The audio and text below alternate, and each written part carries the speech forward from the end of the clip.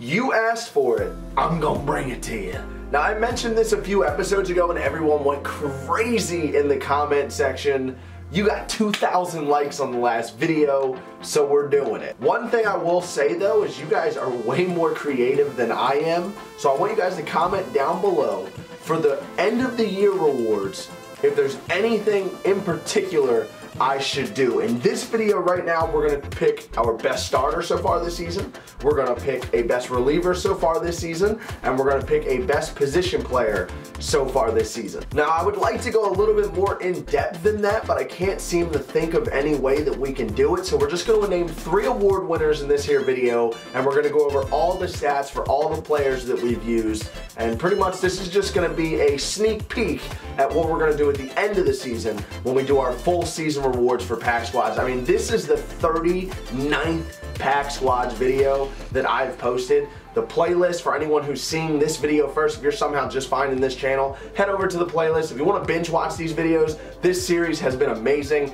How we've acquired this team has been so much fun. You guys have had so much to do with it. This by far took over the MLB content on my channel. Like, it was no debate. Like, Pack Squads was just amazing this year. But without further ado, let's jump into these statistics. I'm super hyped. I actually haven't looked at all.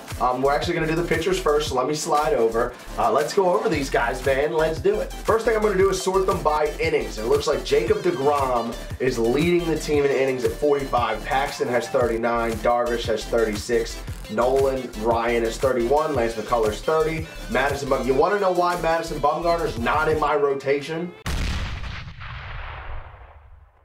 And then everyone else is either 15 innings or below. Most of these guys are either relievers or starters who weren't in the rotation for very long. So outside of the relievers on that list, it's really just our guys that are no longer on the team. But let's go back up to the top now. And Jacob deGrom, 45 innings, he's 9-0 in 9 starts with a 1.8 ERA, 0.89 whip, 36 strikeouts in 45 innings. He only has 6 walks. He's actually started 10 games. Wait a minute. He started 10 games, but he has 9 games played.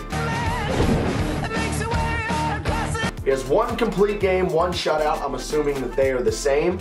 Let's go ahead and check somebody else. I know, actually, matter of fact, looking at that ERA, good Lord. I knew that I just feel like Yu Darvish has been unbelievable for us this season. 7 games played, 36 innings. He has a 6-1 record. His ERA in 36 innings is 0.5. That's unbelievable. He's given up 1 run every 18 innings pitched. His whip is .61. He has 43 strikeouts in 36 innings. That's unbelievable. 2 walks.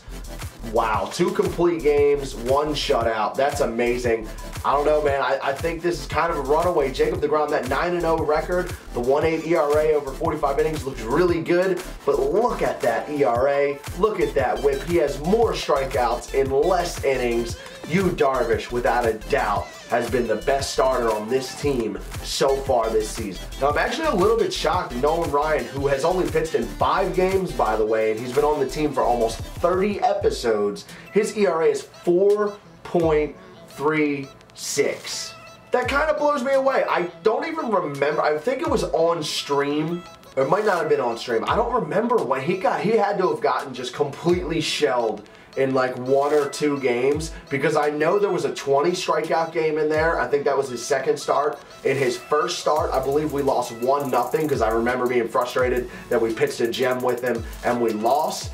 And I mean, his whip's 1.03. He's got 42 strikeouts in 31 innings. So we're definitely effective with the Ks. That ERA is definitely blown up. We got to get him on the mound a few more times so that we can lower that a little bit. He's pitched better than that. All right, now we're on to the relief pitchers. Let's sort this by innings. It looks like Betances has the most by a pretty good gap. Felipe Rivera, 1.17 ERA in 7 appearances. Nate Jones didn't give up any runs in his 2 games played, his 2 innings at least, but he shows his pitches, so we had to get him out of the bullpen.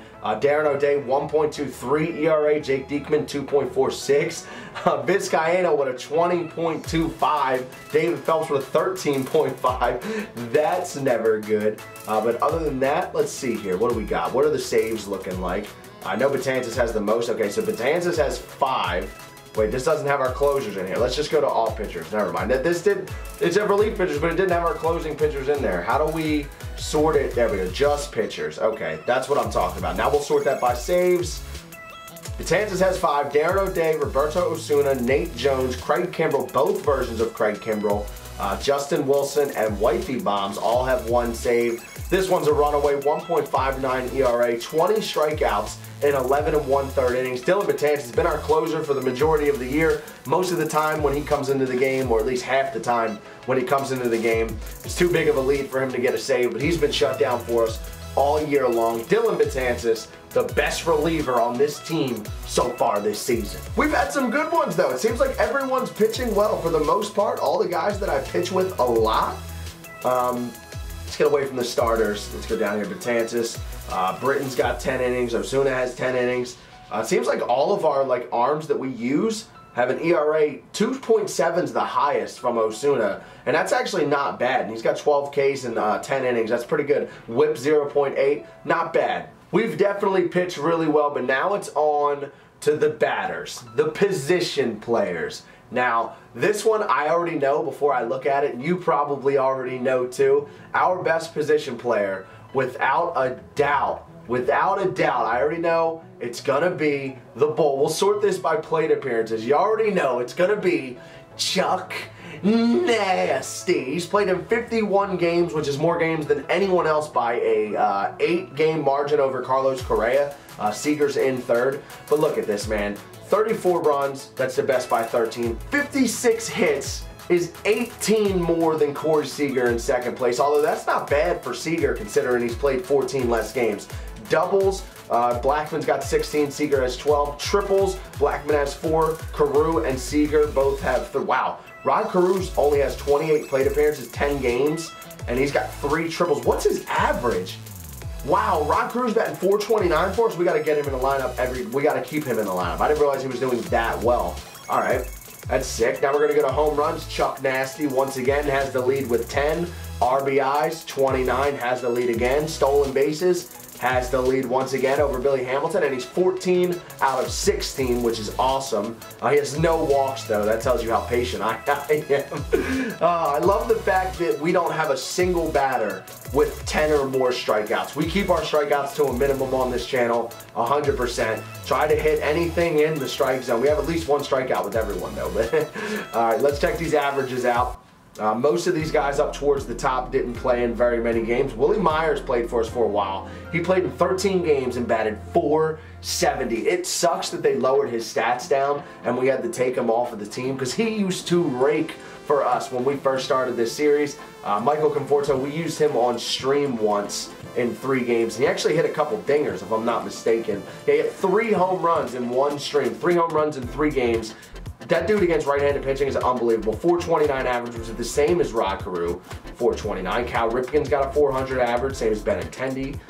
Nelson Cruz, .377 in 27 games. That's really good. We've been using him mainly as a pinch hitter against left-handed pitching over the last 10 or 15 episodes. Might have to get him a little bit more time in the batter's box than we have recently. Segura was on the team for a little while, .361, and then Charlie Blackman. Without a doubt, Chuck Nasty has been the best position player on the team so far this year. But look at Edgar Martinez. Everyone said it was a mistake picking this card up. He's batting .333 with 4 home runs and 20 RBIs in 34 games. That's really good. 35 hits and 105 at-bats. That's above average stuff. Enciarte, he only played 1 game. Brantley, I used him for a pinch hitter for a while. Aaron Judge, I've used him as a pinch hitter a lot. He's got 7 dongs though. And Seager, of course, I love Seager. We had Bryce Harper at one point. For anyone who's new to this series, we pulled Bryce Harper in the first episode. Yes, we pulled him out of a pack. 17 games we played with him. He only hit 2 home runs. I know it doesn't sound terrible. .306 average. It's not terrible. But for how much he was worth, for how much we sold him for, and for the amount of studs we got for selling Bryce Harper, I definitely do not regret it. Picking up guys like Edgar Martinez, Corey Seager, etc. I really like the decisions that we've made so far on the series. It's been a lot of fun. I'm going to cut this video right there. I don't want it to be entirely too long. Thank you for watching this. Hit that like button down below. Like I said, 1,000 likes and I'll have Pack Squads 40 out. And make sure you comment down below and let me know, outside of just best starter, best reliever, best position player, because I know that's super basic, what other awards could we give out at the end of the year before MLB 18 comes out? Because we're going to run this series into the ground all the way for the rest of the year. And another thing, 66.5K in the bank. We're close to getting another diamond. Who should we grab?